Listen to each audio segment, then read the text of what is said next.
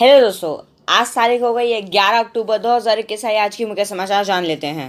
दोस्तों, PPF tax benefit से लेकर लोन की सुविधा जाने पीपीएफ में निवेश करने के 5 बड़े फायदे। दोस्तों, पब्लिक प्रोविडेंट फंड यानी पीपीएफ सबसे लोकप्रिय टैक्स सेविंग स्कीम्स में से एक है।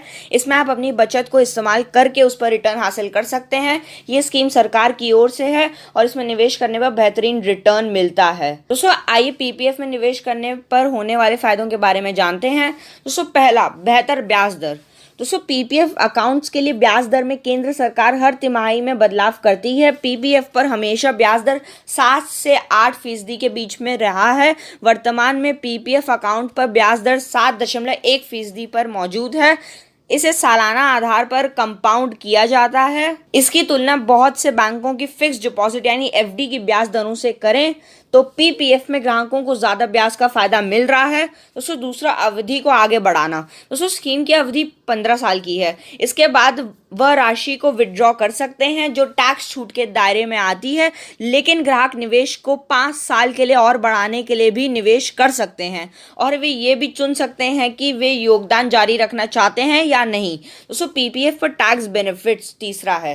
दोस्तों, पब्लिक प्रोविडेंट फंड में आईटी एक्ट 1961 के सेक्शन 80C के तहत टैक्स बेनिफिट्स का फायदा मिलता है। स्कीम में निवेश की गई राशि पर 1.5 लाख रुपए तक का इनकम टैक्स डिडक्शन लिया जा सकता है। दोस्तों, पीपीएफ टैक्सेशन के ईईई मॉडल को फॉलो करता है, जिसका मतलब है कि इसमें कमाए गए ब्याज और मैच्योरिटी पर मिलने वाली राशि दोनों पर टैक्स छूट है। दोस्तों, चौथा है निवेश की सुरक्षा। दोस्तों, क्योंकि ये सरकार द्वारा समर्थित है, इसलिए ग्राहकों का निवेश पब्लिक प्रोविडेंट फंड में सुरक्षित रहता है। आमतौर पर लोग कोई भी जोखिम उठाने से बचते हैं और इसमें उन्हें स्थिर ब्याज दर का फायदा मिलता है। इसमें कमाए गए ब्याज पर सॉवरेन गारंटी है, जो इसे बैंक की ब्याज से भी ज़्यादा सुरक्षित बनाता है।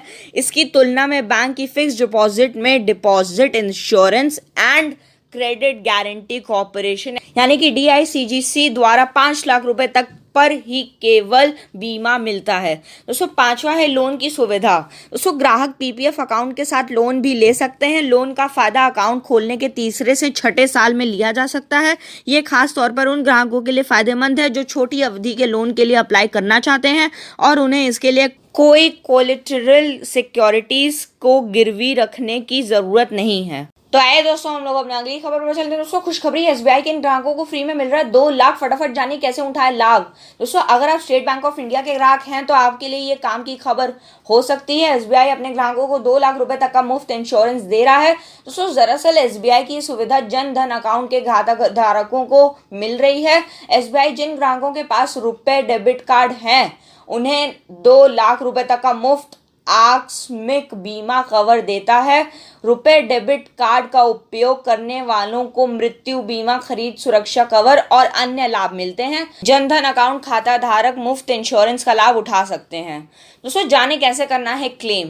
दोस्तों, इस योजना के तहत व्यक्तिगत दुर्घटना पॉलिसी, भारत के बाहर हुई दुर्घटना भी कवर होती है। आवश्यक दस्तावेज जमा करने पर बीमा राशि के अनुसार भारतीय रुपए में क्लेम का भुगतान किया जाएगा। न्यायालय के आदेश के अनुसार लाभार्थी कार्ड धारक या कानूनी उत्तराधिकारी के खाते में नॉमिनी बन सकता है। तो आइए दोस्तों, हम लोग अपनी अगली खबर पर चलते हैं। दोस्तों, कोविड-19 कुछ दिनों में 100 करोड़ वैक्सीन का टारगेट पूरा कर लेगी सरकार। केंद्रीय स्वास्थ्य मंत्री मनसुख मांडविया का दावा। दोस्तों, भारत अगले कुछ दिनों में वैक्सीन की 100 करोड़ खुराक देने का टारगेट पूरा कर लेगा। राज्यों और केंद्र शासित प्रदेशों के साथ बैठक में स्वास्थ्य मंत्री मनसुख मांडविया ने टीकाकरण की स्पीड बढ़ाने को कहा।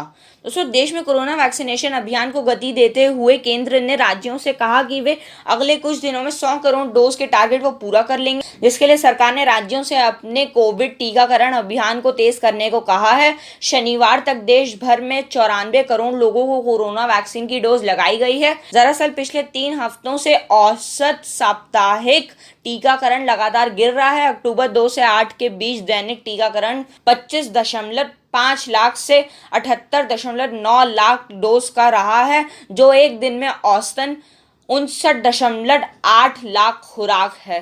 दोस्तों 17 सितंबर को 2.5 करोड़ खुराक दिए जाने के बाद 11 से 17 सितंबर के बीच साप्ताहिक औसत एक दिन में बढ़कर 95.5 लाख खुराक हो गया था, जिसके बाद अगले 2 हफ्तों में यानी 18 से 24 सितंबर और 25 सितंबर से अक्टूबर में ये 76 लाख खुराक और 69.2 लाख खुराक तक गिर गया। 2 से 8 अक्टूबर के बीच औसत दैनिक टीकाकरण घटकर औसतन 59.8 लाख खुराक रह गया। शनिवार को राज्यों और केंद्र शासित प्रदेशों के साथ बैठक में स्वास्थ्य मंत्री मनसुख मांडविया ने उन मुद्दों के बारे में जानकारी ली जो वैक्सीनेशन में बाधा बन रहे हैं। उन्होंने 19 राज्यों से टीकाकरण की स्पीड बढ़ाने को कहा ताकि भारत अगले कुछ दिनों में वैक्सीन की 100 करोड़ खुराक देने का टारगेट पूरा कर सके। उन्होंने कहा कि भारत के टीकाकरण अभियान में 100 करोड़ खुराक देना मील का पत्थर है। तो आइए दोस्तों हम लोग अपनी अगली खबर पर चलते हैं। दोस्तों बिहार कोरोना वैक्सीनेशन का नया रिकॉर्ड, 6 करोड़ लोगों को लगी कोरोना वैक्सीन। ये रिकॉर्ड बनाने वाला छठा राज्य बना बिहार। दोस्तों स्वास्थ्य विभाग के मुताबिक 263 दिनों में 6 करोड़ से ज्यादा लोगों को कोरोना वैक्सीन दिया गया।